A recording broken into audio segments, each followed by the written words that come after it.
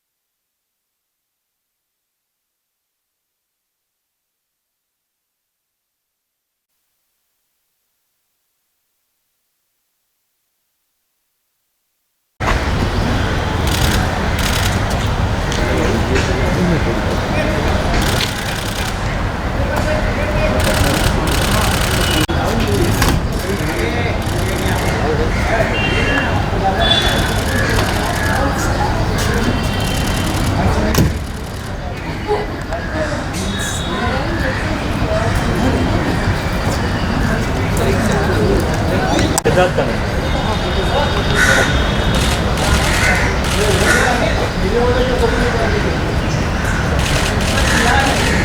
Ladies profile क्या है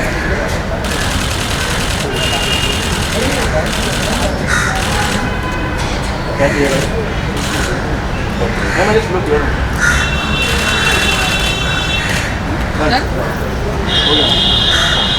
मैं प्लीज कंप्लीट क्या कुछ कहना चाहेंगे इसके बारे में बताइए।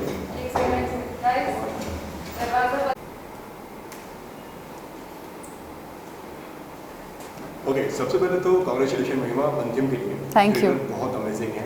Thank you. देखने में आप सारे बहुत अच्छे लग रहे हो। Thank you. किस तरीके का रिस्पॉन्स आपको मिल रहा है आपसे जानना चाहूँगा।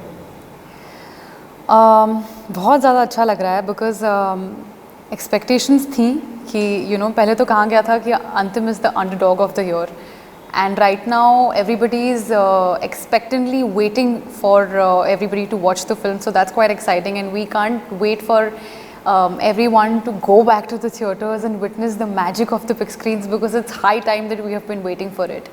And as far as Antim is concerned, as we all know, the story takes place in this village where there is development that takes place, how farmers and the village gets affected, how there's this boy in the village who wants to take a stand for their family, and how in the whole process of it he becomes a gangster. So it's his whole journey from becoming a village boy to a gangster. He doesn't understand the consequences, and according to him his approach is right, but when you look at it from a third person's point of view, he has really called for a blunder. But Antim, I think, is a journey between good or bad, good versus bad, and you don't know, maybe what's good for you is not the same for me, and vice versa. So that's like a gist of Antim that's there. Okay अगर आपके character की बात करें, मंदा की अगर बात करें, जी। बताइए उसके बारे में किस तरह का कैरेक्टर है। मंदा चाय वाली है और पूरे मार्केट यार्ड में वो एक अकेली लड़की है, and Manda is that kind of girl that you don't want to take पंगा with because she is someone who is very kadak, and she will take stand for herself when required. और सुलझी हुई है, वल्नरेबल है, but कहीं ना कहीं आपको उसके अंदर वो स्पार्क और वो फायर नज़र आता है. As we have Salman sirs and Ayush character in the forefront, but there is this girl जो खुद के लिए स्टैंड लेगी विदाउट थिंकिंग अबाउट इसके आगे कॉन्सिक्वेंसेस क्या होंगे. और मेरे लिए वो कहीं ना कहीं इंस्पायरिंग थी बिकॉज उसकी भी एक आवाज़ है, वो भी उसकी भी एक, और हम उसे अलग अलग शेड्स में भी देखते हैं फिल्म में. You see her meeting for the first time when वो बोलती है कि पीने से पहले बोलना सीख. So there is confidence, there is spark, but then you know that there is something about her that attracts. But फिर आपने उसे गाने में देखा हुआ है. when you see Rahul Yaz and Manda's romantic angle, when you see there is this chemistry that is established, when you see Rahul Yaz propose Manda, so there is variation in range to Manda's character. Okay काफ़ी जिस तरीके से आपने बताया काफ़ी shades इस character में, प्यार है, रोमांस है, एक स्पार्क है. क्या क्या तैयारी करनी पड़ी इस कैरेक्टर के लिए?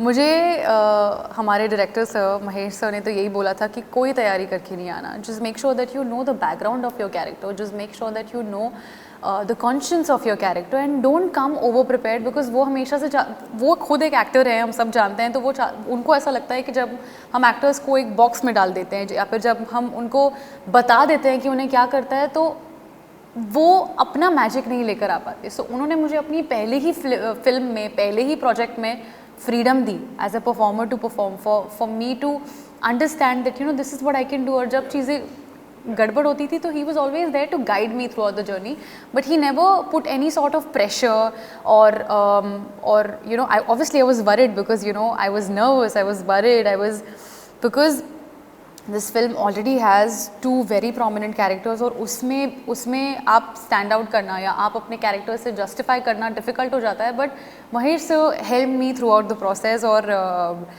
मतलब कौन उनका फ़ैन नहीं हो सकता. तो बिल्कुल उनका आसपास रहना ही मेरे लिए एक इंस्टीट्यूट की तरह था. He was nothing less than an institute for me and बहुत कुछ सीखने को मिला उनसे. बट प्रेपरेशन तो यही थी कि be spontaneous, be into your character, but come to the set and we'll see what unfolds on the set. Okay, जिस तरीके से आपने बताया कि महेश जी ने बोला कि आप फ्रेश माइंड लेकर आना, एकदम प्रेशर. बिल्कुल. बट ये तो वही कहने की बात है, लेकिन पर्सनली कितना प्रेशर हो जाता है जब आपके सामने सलमान खान, महेश हिमाद्री, तो वो कितना प्रेशराइज हो जाते हैं वो सारी चीज़ें? बहुत ज़्यादा प्रेशराइजिंग था because the fact that Salman sir and Mahesh sir believed in me, they both saw some sort of potential in me. तो कहीं ना कहीं आपको खरे उतरना पड़ता है. आपको खुद को प्रूव करने से ज़्यादा आपको उन दोनों को प्रूव करना होता है, क्योंकि उन्होंने आपको वो भरोसा देखा है, उन्होंने वो पोटेंशियल देखा है, वो फेथ रखा है. और मुझे लगता है कि करियर की शुरुआत में ही जब आप पर 2 महारथी जब भरोसा करे तो वो बहुत बड़ी बात हो जाती है. Yes, and there was a responsibility, there was also more than pressure, I would call it a responsibility that I had to fulfill, that I had to come over. So I think I have given my best. I have tried to be as honest as I can. But कहीं ना कहीं जो मेरा TV का experience था, जो काम किया है, इतने जो कैरेक्टर्स पोर्ट्रे किए हैं, sometimes I feel all those experiences have helped me to be confident in front of the camera. So I think मैं इस फिल्म की जर्नी को मैं टीवी को ओ करना चाहूँगी कि मुझे ये फिल्म मिली है, and it's because of everything that I have done before अंतिम. ये फिल्म की अगर बात करें तो किस तरीके से फिल्म आप तक पहुंची? मुझे ऑडिशन के लिए बुलाया गया. Mahesh sir took my audition by himself, and within the first scene itself he had some sort of conviction that he saw Manda in me, and I was absolutely taken aback with his conviction and with his belief that, are you sure this has this really happened? So that's how it happened. And I think I was a year ago I was noticed on the sets of Big Boss when I met Salman sir to promote my television show. So I think I was destined to do this. I think kahin na kahin likha tha ki and also I was the last person to get cast on the film. So I think I had no time to even digest, admit and prepare that this has finally happened. But I think I've given my level best to the character, and I hope I've done justice to the faith. What was your first reaction जब आपको इस film के लिए बुलाया गया और आपको बताया गया कि ये ऑडिशन जो है महेश जी ने बताया कि ये अंतिम के लिए है एंड हम आपको इसे सबोर्ट करने वाले हैं? So what was your first reaction जो पहले दिमाग में आया? I was absolutely apprehensive. सबसे पहले तो मैंने महेश सर को देखा. अब आपके सामने एक इंस्टीट्यूट खड़ा है, आपको उन्हें देखकर उनकी पूरी फिल्मोग्राफी आपके दिमाग में आ जाती है. वास्तव हो, नट सम्राट हो, अस्तित्व हो, अभी पांगरून उनकी जो फिल्म आई है, एंड यू आर लाइक, उनको मैंने देखा और मुझे ऐसा लगा कि मैं अपने डायलॉग्स भूल जाऊंगी, but my first take itself was, it just flowed अपने आप. जैसे मैंने आपको कहा कि वो कॉन्फिडेंस कहीं ना कहीं मेरे पास्ट एक्सपीरियंसेस से आता है, जो मैंने टीवी में काम किया है, and I just give it my best shot. But let me tell you, I was really hesitant and nervous, and I had मैंने बिल्कुल नहीं सोचा था that I will be able to make it to अंतिम. Okay, जिस तरीके से मैं जानता हूँ कि आप ऑलरेडी सलमान सर से मिल चुके हैं बिग बॉस के सेट पर, सेट पर आप उस पे मिले हैं, फिर उसके बाद में फिल्म के सेट पर मिले हैं, तो क्या किस तरीके का माहौल था सेट? सेट पर सबको ऐसा लगता है कि सब काफ़ी डरे हुए होंगे, but he is an absolute fun person and मतलब वो सेट पे आ जाते हैं और मुझे ऐसा लगता है कि he is magnificent. He not only lights up the screen but he lights up everything around you, you know. So उनके साथ स्क्रीन शेयर करना, उनके साथ स्टेज शेयर करना, उनके थ्रू मेरा डेब्यू होना बॉलीवुड में was you know nothing less than a dream. And जैसे मैंने कहा कि मतलब उनकी जो लर्निंग्स रही हैं वो काफ़ी उनकी भी जर्नी हार्ड वर्क रिजिलियंस की रही है, तो उन्होंने भी मुझे यही सीख दी है how I have to continue doing what I am doing.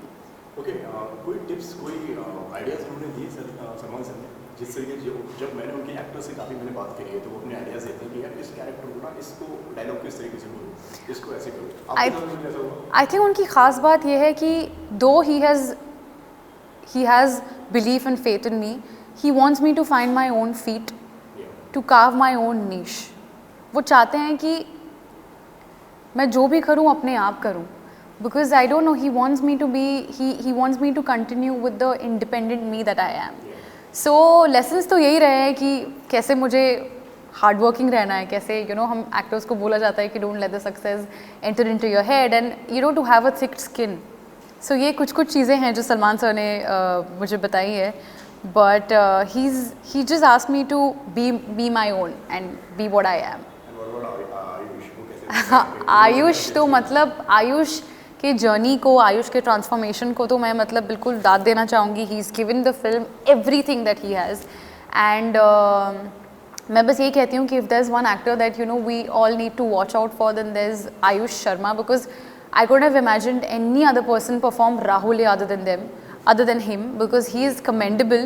और बहुत अच्छे हैं, मतलब उनकी जर्नी, उनका डेडिकेशन बहुत ज़्यादा इंस्पायरिंग है. And he is also been like a guiding light to me, you know. He is also made me befriend the changes of the working patterns from television to the Bollywood industry. So I know, you know, I know that I've already made my first friend in the industry, and he's someone who's absolutely generous, inspiring, and he's dedicated. So I hope his hard work would pay off. अगर इस film की अगर बात करें, आपकी अगर बात करें, इस जर्नी की अगर बात करें, 11 साल की जर्नी है, काफ़ी लंबी जर्नी रही है. Yes. किस तरीके से देखते हैं इस पूरी जर्नी को? कितनी टफ, कितनी आसान, कितनी मुश्किल है ये जर्नी आपकी? आई थिंक एक ऐसी जर्नी है जो शायद ही मैं वर्ड्स में डिस्क्राइब कर पाऊँगी.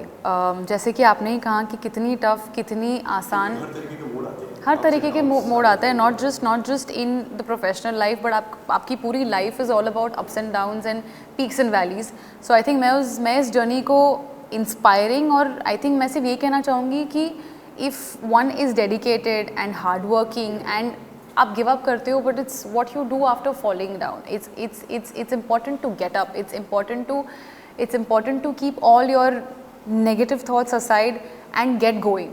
बिकॉज आई थिंक आपको विजन, अगर आपको पता है कि मुझे कहाँ पहुँचना है, तो फिर मैं नहीं कहूँगी ईजी होता है. ऑब्वियसली मेरी जर्नी, मैंने बहुत कम उम्र से काम करना शुरू किया है और काफ़ी सारे टेलीविजन शोज़ किए, but I wanted to break the pattern. But I wanted to see myself on the big screen, and you know that's how I have made it for myself. Okay, lastly 26 तारीख को film आ रही है, क्या कहना चाहेंगे आपके fans से?